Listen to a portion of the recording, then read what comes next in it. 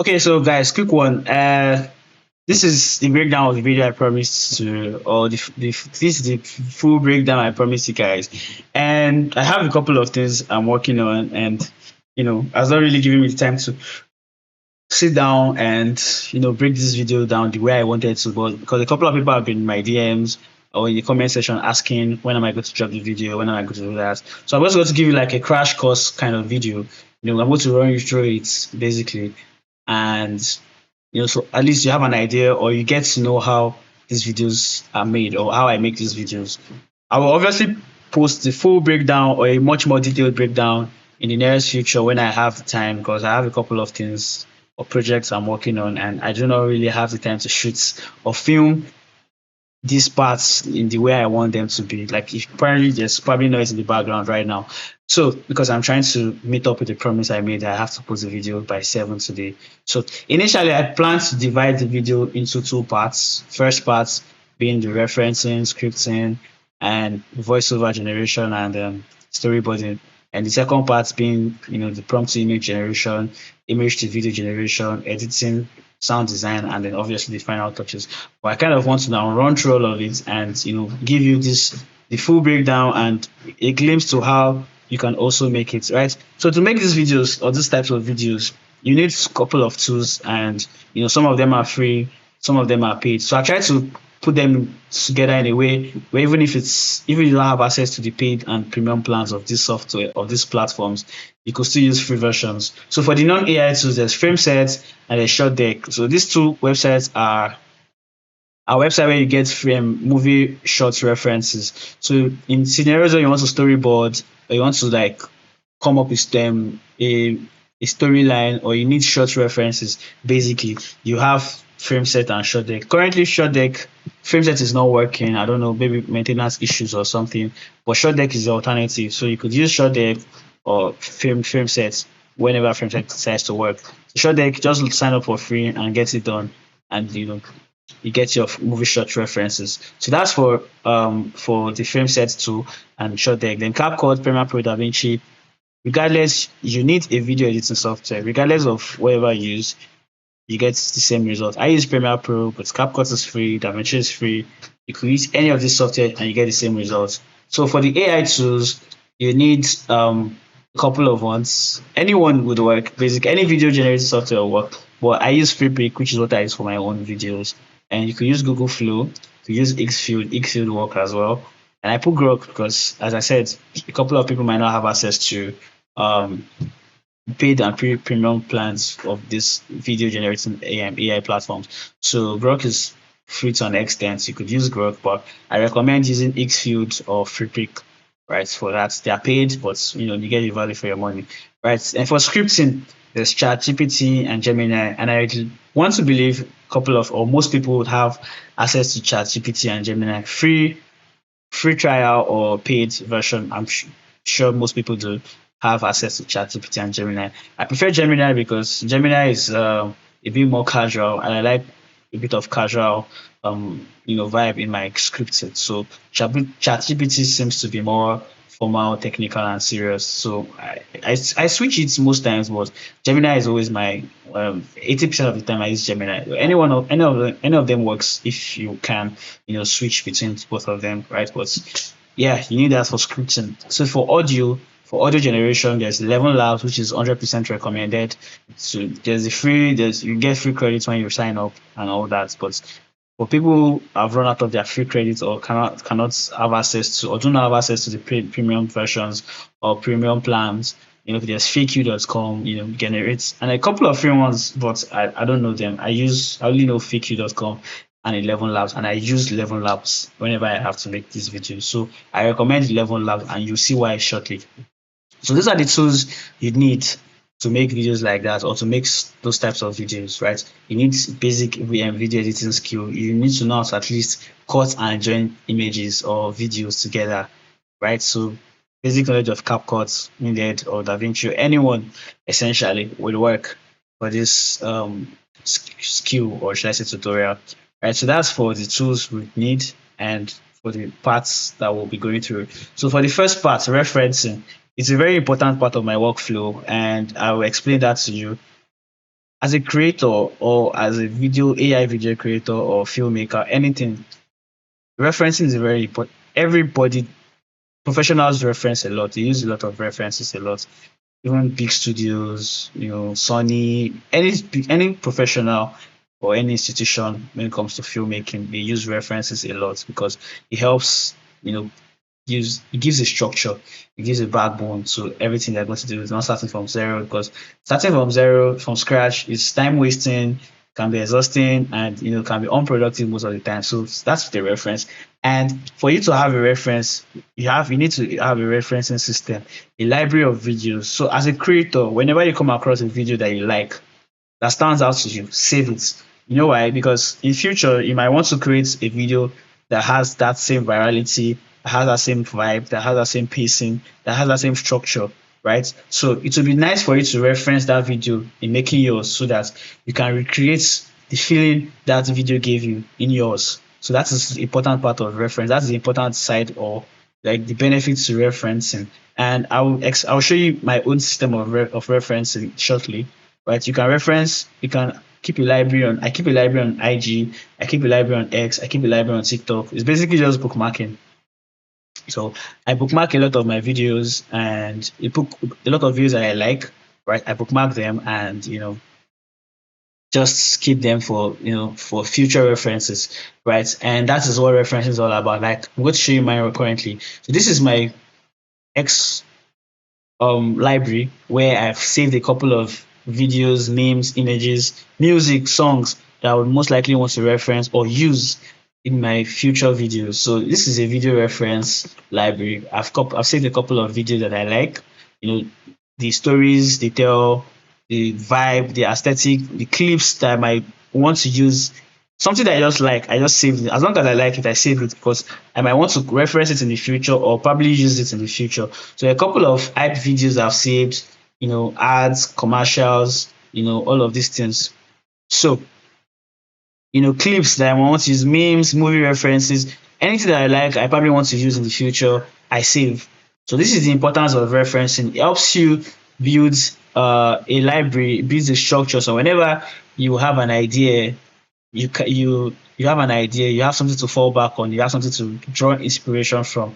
Because trust me, your idea, someone has done it before, someone has shot it before, someone has filmed it before. It might be different in a way, but at some point, to an extent, someone has done it before, and it would be nice to draw a reference from something that has done it before and has done, you know given the results that you actually like or want for your own videos as well. So that's the importance of references. So that's the very first step, referencing. Pick up a video that you have saved before, or a video that you like, right? And reference it. Say you want to recreate it, or you want to draw inspiration from it. So the first part of my workflow is referencing. I go back to my library, I pick a video that fits the vibe, that fits the story I want to tell in the video I want to create. So I pick up a video, and I download it, and I break it down into parts, and look out for parts that will make my own video stand out as well, just the way this one has stood out to me, right? So that's the first part, referencing, very important. Take note of that.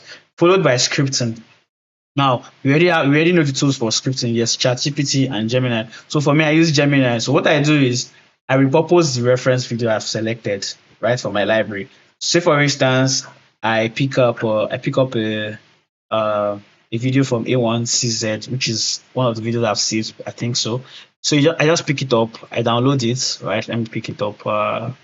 So I pick it up. I like this video a lot. It gave me that vibe, gave me that futuristic vibe and all of that. I gave me that it just gave me that very nice vibe. Seeing Steve Jobs, Elon Musk talk about the future, all of these things, it made me, optimistic about the future, right? And that is the feeling I want to recreate, let's say in the video, like what I want to create. So what I will do normally is download the video, come to Gemini and upload it here, and tell it to transcribe the video into a script. And obviously Gemini will do its job. I think ChatGPT will do that as well, but like I said, I prefer Gemini in stuff like this. And it transcribes the entire video into a script that I like, right? And sometimes it picks up audio from other parts. So you just tell it to give you the narrator's part, and it does that for you, and it comes up with a narrator script, right? So this is what your reference video script looks like. This is a good script because for you to save it, it means that the scripting was good, the writing was good, the storytelling was good. So this is a good example, something you can use. Now, you can manually draft yours from this backbone, or you can just tell Gemini again to analyze the script and repurpose it for whatever products you want. So let's say you want it for a food brand, you can tell it to repurpose it for a food brand, or analyze the script and repurpose it for a prediction market, just like I've done here. And then it does that, and you see the repurposed scripts. So it just changes, it gives the same structure, but it changes the wordings, changes the expressions, the phrases, the statements, and all of that. Like we own the pass and the probability. It is time to trade. Like I think the original one is it is time to build. So it kind of repurposes it, like changes everything to fit your own narrative. And this is the essence of scripting, right? Of using of referencing, because basically you cannot start thinking from scratch. A couple of people are talented. Like for me, I'm not a writer, I'm not a technical writer, I'm not a creative writer. I mean, I can write, but I'm not that creative when it comes to writing script and all of that. So I prefer to get a backbone, you get a structure that I can work on, build upon. And this is a good way of doing that, getting a reference, analyzing and repurposing it for your script. Obviously the final one is not always the first one you, or the one you pick. You're still going to do a lot of iteration, reiteration again until you get the perfect script for your work, right? So you keep on changing a couple of things. Maybe something sounds too technical, something sounds too AI-ish. Just keep on working, following the same structure that you've referenced, right? And so that is how scripting works for me. So let's say, for instance, I've this is my final one. I just copy this, right? Let's say I'm going with this, obviously. Let's say I've repurposed and this is the best one I want, or this is exactly what I want. So what I do next is copy, and the next step would be to generate my voiceover, right? And the tool for that is going to be 11 Labs, right? So I take my scripts, or the script I'm okay with at this point. I take that to I copy that and I take that to 11 Labs, and I paste it. Right now, note something for this. When you're in 11 Labs right now, the best model to use is the 11v3. Reason why I said this is because for 11v2, the model just generates the speech from the text directly, but with 11v3 you have more control on each line or each sentence, right? So if I want the voiceover to start, or the voice model to start with a very fast tone, I can type in the command very fast, and yeah, for let's say this one very slow with this command. And once you generate, you will notice that when the audio starts, it starts out the voiceover starts out with our civilization was built on information very slowly, because you're giving it that command, and it goes off to the next statement. It is glory of human foresight, and that's very fast. So basically what I'm trying to say is, with V3 you have more control over the intonation, the speed, the vibe you want each line to be, to be said. So you go ahead to generate speech, and you always go with the second one, not the first one. The second one is always more refined and more accurate. So you go with that, and then that's for your audio generation. I'm trying to keep up with the time. I don't want this video to be extremely long and all that, because I'm not currently in a place where I have good internet and all that. We're crashing out all day. So basically, always go with the second generation when you're done. So for those who might not have access uh, to 11 Labs, whatever, like 11 Labs, basically, there is fakeU.com. You can obviously start. It's free, right? It's free. I think I have to sign in and all that. So when you sign in, just move on to the speech to text. I wish I could actually do that, but right now, let's see.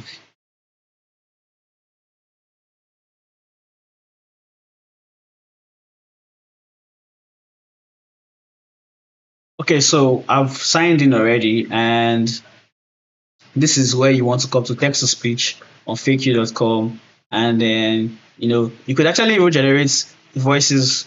You can generate your voiceover in Donald Trump's voice, Kamala Harris, couple of popular, even I show speed. So this is one of the reasons why I like this platform in some cases where I probably want to recreate voices and popular people's popular people's voices, right? So you can come here and well, just paste your text here and then select the voice you want, maybe Donald Trump, and then you speak. So it is limited, but it's free.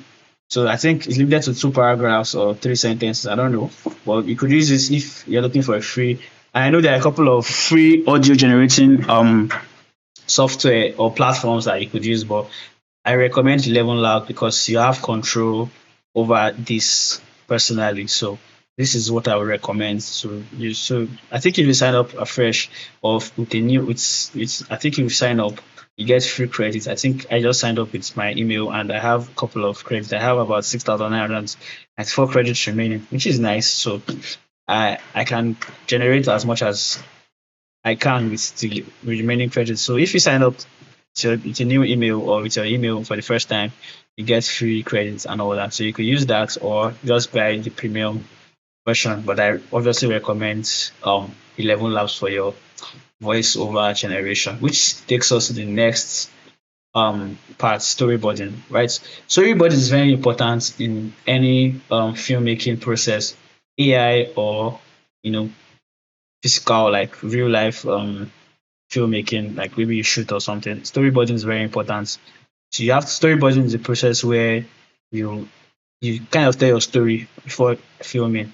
So you could use other shots, you could draw it out, or it's basically planning your shots, planning your story before even filming or generating the videos with AI or all that. So this is what you do with the script or the voiceover you've generated. So when you play out your voiceover, after generating your voiceover, you play it out a couple of times, listen to it more than once, listen to it more than two times, three times, four times, and start fitting in images that fits into every line. So say for instance, for this script now, our civilization was built on information, right? Our civilization was, so there's two things there, was past tense, our civilization. So ideally, an image of people of the pyramid when the pyramids were built, because Egypt was, I would say, the center of civilization in the early world, in the early world or early ages, right?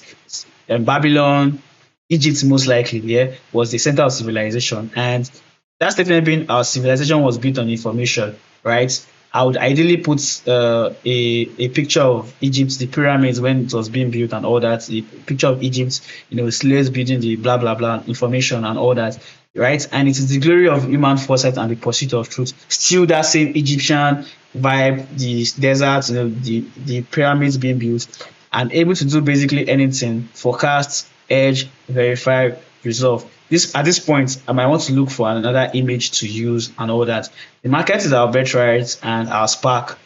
I can just look for our spark. I could look for someone lighting up a lighter or a match. So this is storyboarding basically to fit in or to visualize these lines, to visualize the story, right? Look for images that visualize the story, that tell the story that you are saying through the voiceover. So listening to the voiceover over many times, over severally, you start to fit in images that fit in every narrative within the voiceover. So that is storyboarding. So once you arrange them from beginning to the end, you have a storyboard.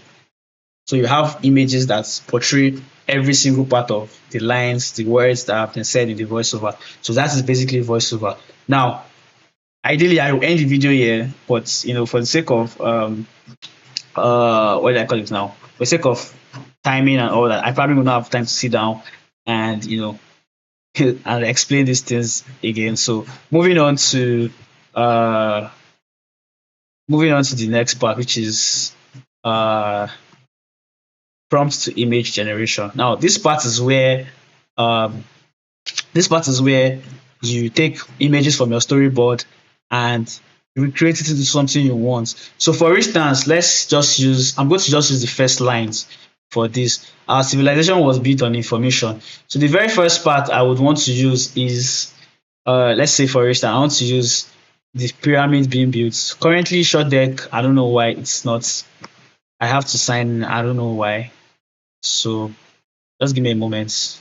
Okay, so I've finally gotten to open the um short deck since frame that I set out to work. And so for the first thing I said I was going to use like Egypt. So I'm just going to type in Egypt and you know look for scenes that uh so looking at all of these parts, these are like scenes from movies in Egypt and all that. So I'm going to look for a scene that fits. So this looks something that I can use. This looks like it contains the pyramids. It's from Wonder Woman and all that. So I pick up this image and I copy it and save it. So I save this image, shot one. Let's say shot one, so for scene one. I go through it and look for more scenes that I could use. Probably where slaves have stuff like this one, or this is a cartoon or something like this. This would make sense for an opening shot because like so shot one scene A or shot A1 or something. Anything, just save it and that will be fine. Right? So continue. This is what I would say, like different shots. You could even use this looks nice. I could use this, this could be the narrator, right? So different ideas, like I said, referencing, scripting, storyboarding is very important because at this point, this is where your creativity comes in.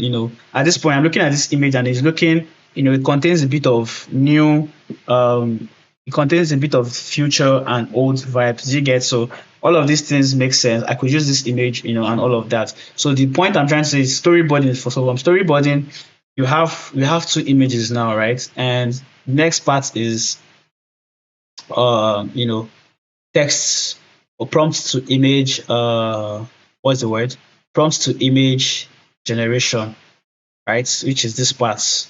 Yeah, now the reason why I said prompt to image generation is because obviously we have image references that we could use, but some of these images are not clear, or they're not exactly the way we want it. They are giving us the same vibe. They're giving us the same. They're explaining the story to us, but might not be the angle that we want. What we want an area view and all of that. So this is where prompts image generation. So you are going to regenerate these images from your storyboards because the storyboarding images that you've used are just for storyboarding purposes. Now we have to repurpose or we have to recreate these images using AI to get a more clearer version, a more detailed version, or a probably different angle, right? And this is where AI comes in, right? And coming to this is where I use free pick for. So what I do with free pick is image. What I do with free pick is image and all that image generator.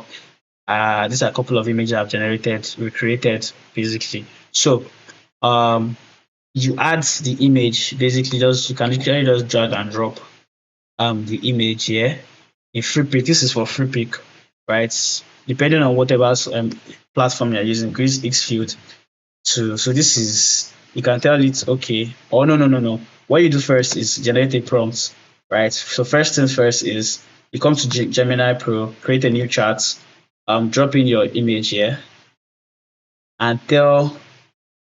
I do not drop in. Drop files here. Okay, I re-uploaded. Okay, and then I'm going to switch this to. I want to switch this to thinking, right? Tell so generates a prompt, um, reverse engineer, yeah, engineers this image and to the to see like max details and give generate a prompt block of texts. The prompts. I think something like this, yeah. And also what you're telling Gemini to do is you're telling it to give you a prompt to recreate this image, right? And so it's gonna do that for you.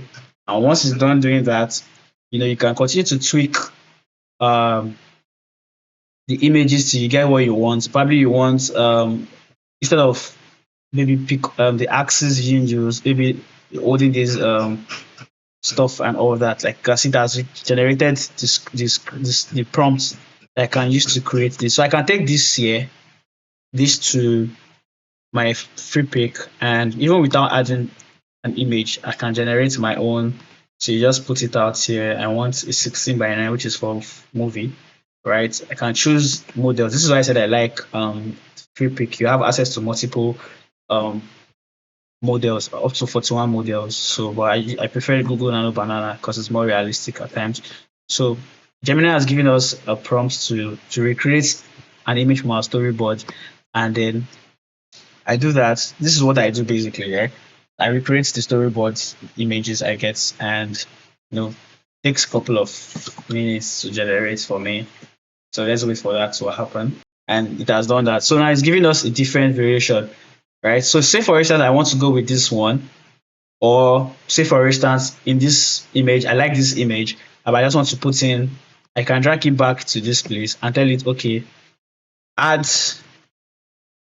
pyramids in the background, maintain same, maintain details.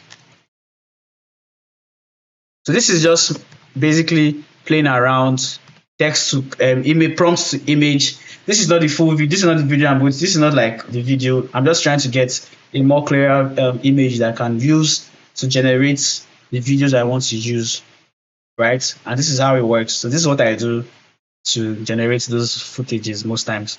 Sometimes I can use videos itself, like I get video references, like video stock videos. I reverse engineer it on Gemini, and so like this is it.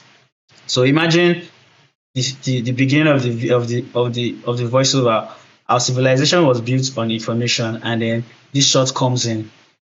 You know, zooming in, probably people tilling the ground, the sun rising in the background. It's going to give off a cinematic vibe. So this is how everything comes together, from scripting, referencing, storyboarding, and prompt based image generation. So now that I have, let's say I want to go with this image, I have this, I'm going to save this image, right? I'm going to save it because it's going to be what I want to use for the first scene, right? And which leads us to image to video generation. Now I have a clearer vision, right? Compared to the one I saved, which was where is it? This one. Compared, this is not sharp. Can you see it is not clear? Compared to this, I have something much more better, which is this. So because when I use this to generate a video, I'll probably not get a clearer version. But this now is giving me a clearer version, more refined, more tuned down to the narrative I want to sell or to tell. So this is what I do basically. This is a step, right? I will not go into details because of the length of the video. I'll probably make that one on a different day.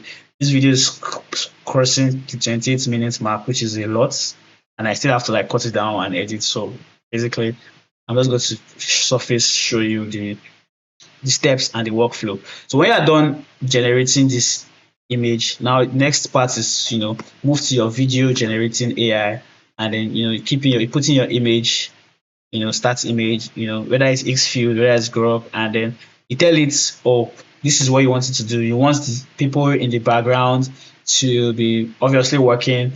You want the man in federal art to be watching. Sun is rising, animate this image. Let me just try that. Animate this image. The sun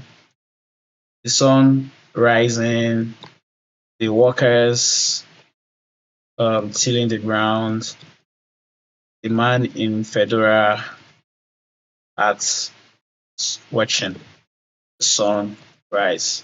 So like basically just tell it to do the work. You can choose, like I said, same thing with the image generator. It has access to different models. I always prefer Google Veo 3.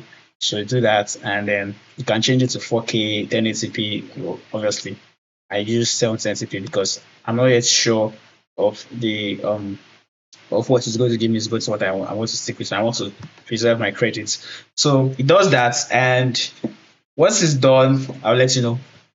So it's done.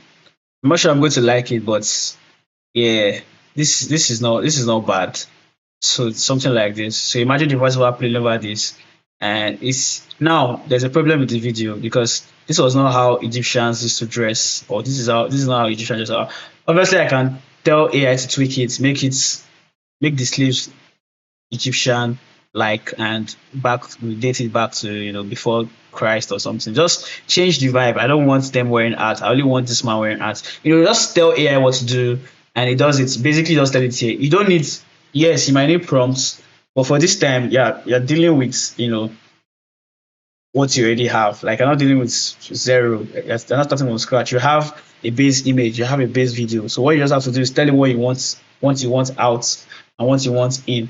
Simple, garbage in, garbage out. Basically, you don't need complex prompts. You don't need to complicate things for yourself and all that. So this is what I always do. Like, you can see, animate this image: the sun rising, the worker still on the ground, the man in fedora hat watching the man.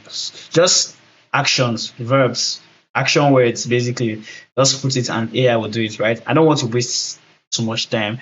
You guys have not given me enough breathing space to settle down to make a calmer video. This is more of like breakdown crash video. So here is it, and so that is it basically. So the next part is yeah. So once you're done with all your video generation and editing sound, and sorry, your image to video, once you're done with all your clips, by the time you have generated videos for each and every part of your script, some parts you might need to use memes, you might need to use real life videos or someone speaking and all of that. You might need to do that. So all dependent on your storyboarding, right? On your storyboarding. So it's depending on your storyboarding. Whatever you put in your storyboarding, you bring to life as a video, right? So if it's a meme you put in your storyboard, you look for the meme, you put it. You can use AI to make it clearer. You can use AI to make it do what you want it to do. Maybe like, say for instance, Trump saying something funny. It's a meme, but you can say it. You can use AI to make it say what you want it to say in that meme format. So I mean, there are endless possibilities. So this is the part where you do all of those things. And for the editing and sound design, right? Um I'm just going to open the video. What's the word? I'm just going to open the video. Right. So this is the timeline, and it's a whole lot. I feel like I'm going to do a separate video on the editing and all of that. But once you have your clips, essentially, you just put them you put them according to your storyboarding. Like for me, I storyboarded this already. This is a hook, right? This is where the storyboard starts from. But I decided to put a hook, which is this 3, 2, 1, and that's the video. The complete memes, repurposed videos and all of that. So essentially, this part was also I created. It was a stock image, and like I said, a stock image I put in my storyboard, and in the image, all of this the background was not there, right? I had to give it a pop vibe, so I told AI to do that, and I'm going to show you in a bit how I did that. So here is it. I think somewhere around, yeah. So yeah, so I think this was the original image. I found this. I think I found this image somewhere, and I can't remember, but I know I found this image somewhere, and I had to like do a lot of reiterations in images to get the final. And when I was done getting the final one, I decided to generate a video till I got what I wanted, and this was it. It was the final one, I think so, and I got it, and that was it basically. So that was the step of prompt image. I found an image, a stock image. I prompted it to. I recreated it, put what I wanted it to be in the image, and I got my final results. And then from that image, I generated the video. And I brought it into the editing software to get this right, and I put all of them together, right, in all of these short clips. Now for editing is a bit more. I can't really crash course or crash explain. I don't know if that's a word. Explain this part because this is where everything comes together. So I'll probably make a separate video on this. But this is, like I said, a rundown of the entire workflow. And for this part, this is where you bring everything together: the sound, the music you want to use, and all that. So For videos like this, something is consistent, and I'm going to share the secret.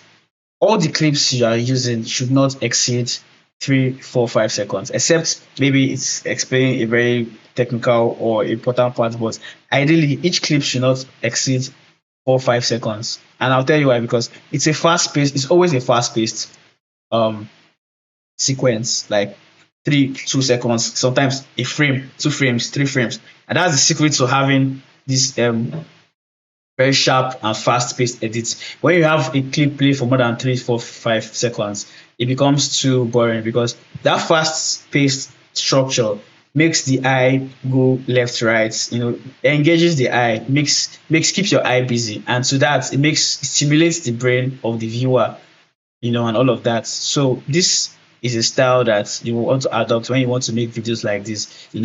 Always engage the eye. If you look at this now, this plays for 2, 3, 4 seconds, and then another video plays 1, 2 seconds, and that one plays 3 seconds, 2 seconds, basically 2 seconds. So like the images on the screen are always changing in less than 3 seconds, and that is the structure that I adopted because for my reference, so it's a similar style. Let's go back to the video, our reference video, right? And we'll notice the same thing, right? Wait, where is it? This. So you can see, trying to not make this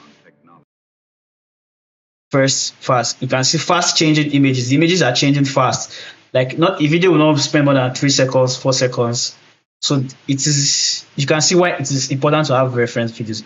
I understood that for my reference video, all the clips put together don't exceed 4, 5 seconds. So having that information, I knew that in my own editing, all the clips I put together in my storyboard should not exceed 4, 5 seconds. And that way I will also come up with the same pacing or same structure that my reference video has come up with, giving that very fast-paced vibe. So this is the basic, or should I say, a basic concept in editing. How you want to edit it differs, but having that basic concept in mind that your each clip or each part or each clip, basically each footage should not exceed 3, 4, 5 seconds to keep your audience eyes engaged and up. That is the basic concept of editing. I'm going to make a different video on like breaking down this editing workflow for you because it's going to be an entire video on its own. But I hope I really have the time to do that. But if I get enough, comments on that, I will probably most likely do that. So this video is already like past almost 40 minutes, right? And I doubt I'll be able to even post the full video on on X because of internet issues. But that's by the way. Anyway, so that is the basic backbone of this edit. Fast-paced edit, 3 seconds clip, cut, put together, accompany them with a very nice fast-paced music, put text, all of that, and you get a fast-paced edit. So that was the structure of the editing.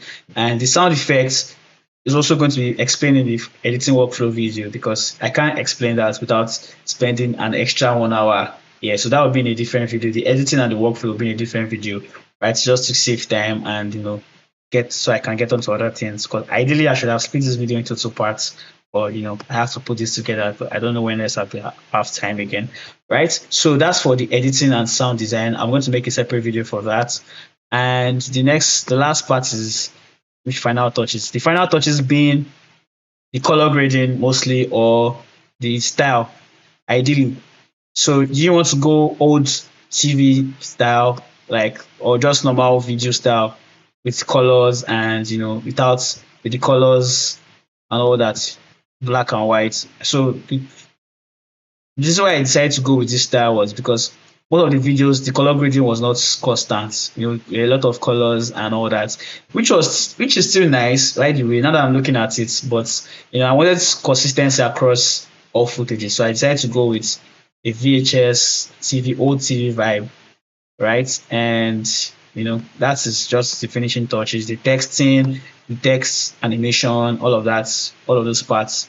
This is the point where you add all of these things and sound effect and all of that um to make it finished and full, right? So that is all for the full workflow right? Also, I'm going to recap and try and compress this video to something I can post right now. So basically, we went through the parts referencing. We picked a reference video.